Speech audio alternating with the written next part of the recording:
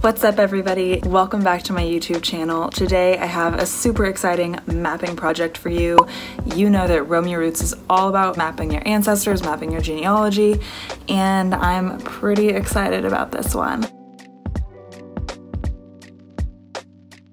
This is an Irish surname mapping project. Let me give you a little bit of background about my Irish family and explain to you what I'm gonna do in this video. So I'm working with one line of my Irish family today, that's the Lynaghs, and I know that they came from County Donegal, but that is all I know about them. They left Donegal before Griffith's valuation was taken, but I had the idea to research the Lynagh families living in Donegal during the time of Griffith's valuation to try and get an idea of where in Donegal the Lynaghs were predominantly living. Now I'm really lucky in that Lynagh is a relatively rare surname in Donegal, so there aren't too many of them. If you had a more popular surname in whatever county you're researching, this project might not be the one for you, but for me, in my case, this worked fantastic. So I searched Griffith's valuation for all the Lynaghs living in Donegal, and I mapped them out on a customizable Google My Maps to get an idea of where in the county my family could have been.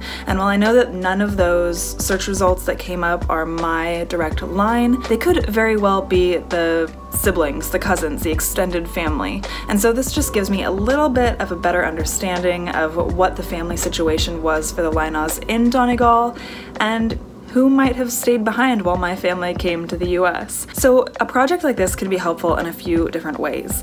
It'll give you an idea of where your family may have come from in a county if the surnames are particularly clustered in a certain area of the county. It'll give you ideas of what cemeteries to research in. If you see that all the surnames are clustered in one area of the county, you know to look at cemeteries in that area.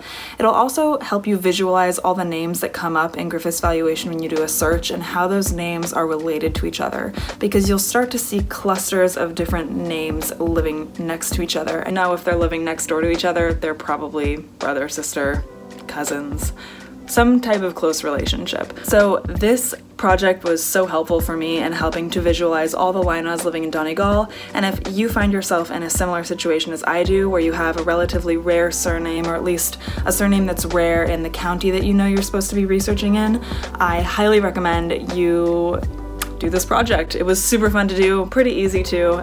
So let's watch the video. I'll explain the map to you and I'll show you how I did it. Okay, so here we are on the map that I made. If I zoom out, you can see that we are in County Donegal, way up there in the north of Ireland. And let me explain to you what you're looking at. These larger sort of black outlines, these are the townlands. So if we go to Griffith's valuation, you will see that the parish is up here. So for example, this page is from the parish of Kilmacrennan, and the townlands are listed over here in the second column. So this is Legnahori, that's the townland, and these are all the people who live in that townland.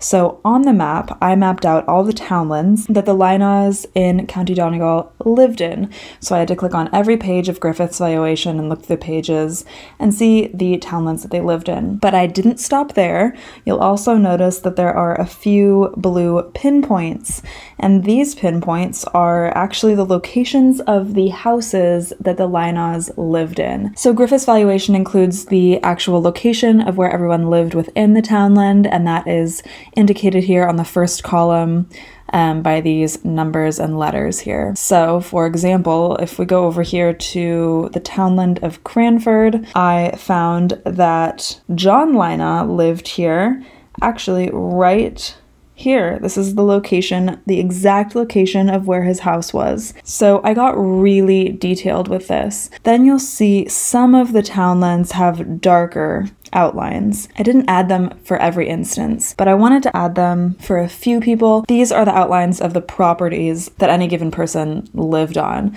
And so for most people, I just put where their house was. But for example, this guy, I think this is Daniel Lynagh, this is where his house was, but he was also listed as one of the renters of this quote-unquote mountain here. So I made the outline of where that mountain property was supposed to be. Same goes for this one down here. So here we are in the townland of Carnassal, and I did the property, the whole entire property of John and Patrick, because they were on Griffith's valuation living on the same property. So I just wanted to outline that property for my own understanding.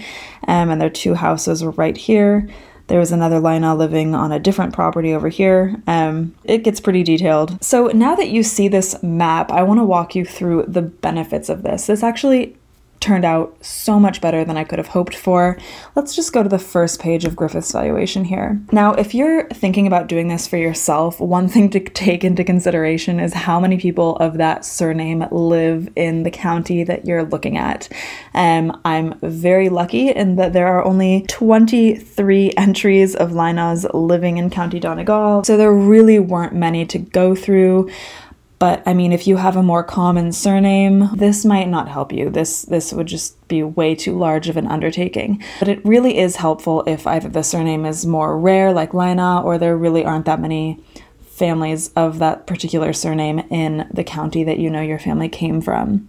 Another benefit of making these maps is being able to infer relationships. So for example, if we're just looking at this page here, you see Hugh, Daniel, Hugh, James, Michael, John, Daniel, Michael, Patrick, John. It just goes on forever with very typical Irish names. You have no idea how or if any of these people are related to one another. But when you put them on the map, you start to see clusters, right? So up here we have a cluster of 3 people. Over here we have a cluster of 2 people. Way down here we have another cluster. So I can infer that the Linas living together down here are probably all related. They might be brothers, they might be a father and 2 brothers.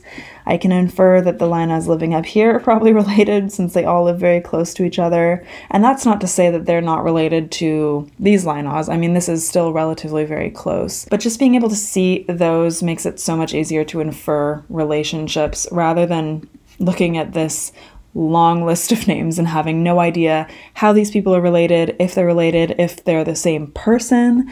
It can get very confusing, but mapping it out like this makes it so much easier to understand. Now, of course, the whole reason I made this map was to get an idea of where my Lina family could have come in County Donegal.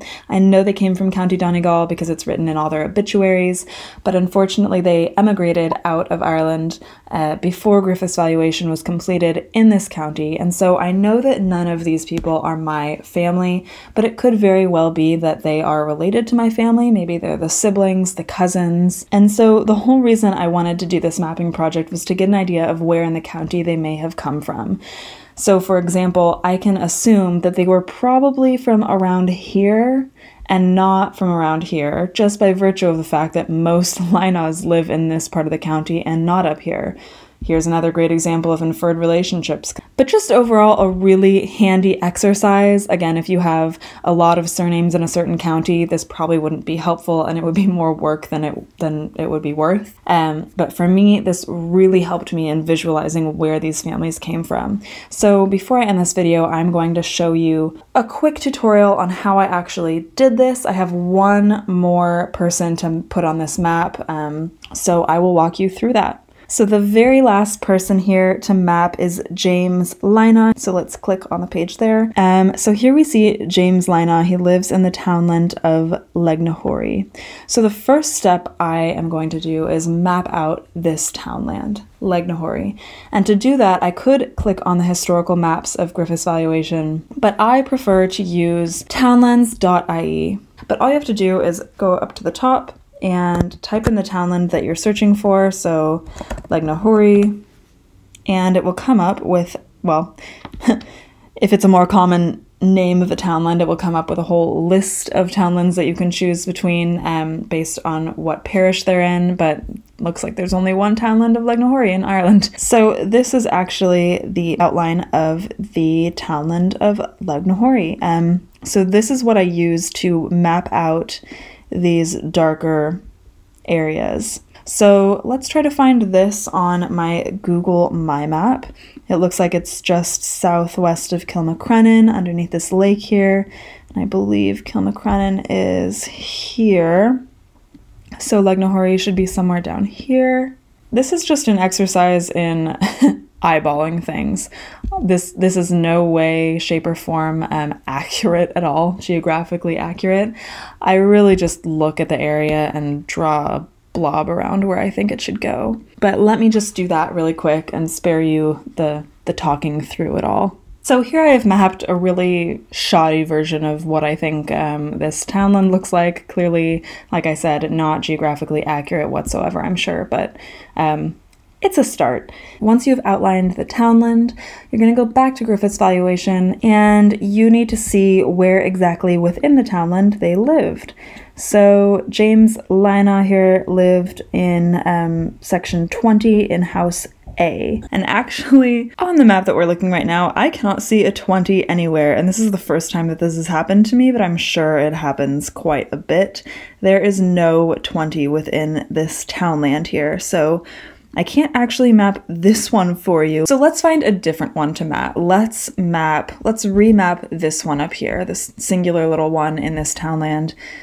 This is Patrick Lina. I'm going to delete this and just redo it. Okay, so here I've found Patrick Lina in Griffith's valuation again. He lives in the townland of Torah in property number 3. So as you can see, I've already mapped the townland here.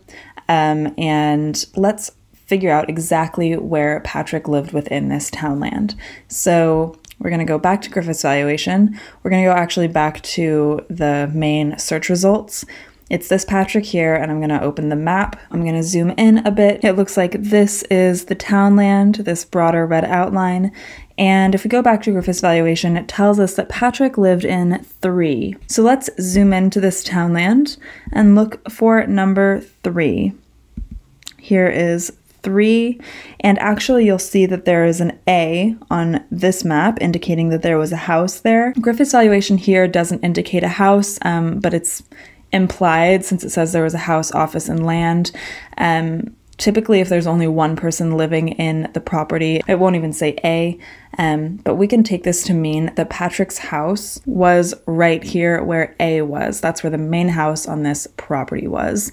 So to map this, let's zoom out a little bit and go over to the modern map.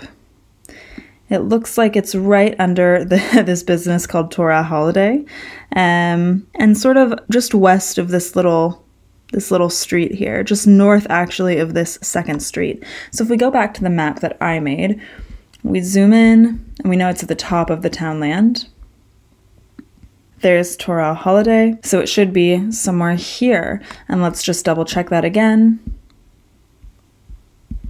You can faintly see A right there. I can make this a little more clear.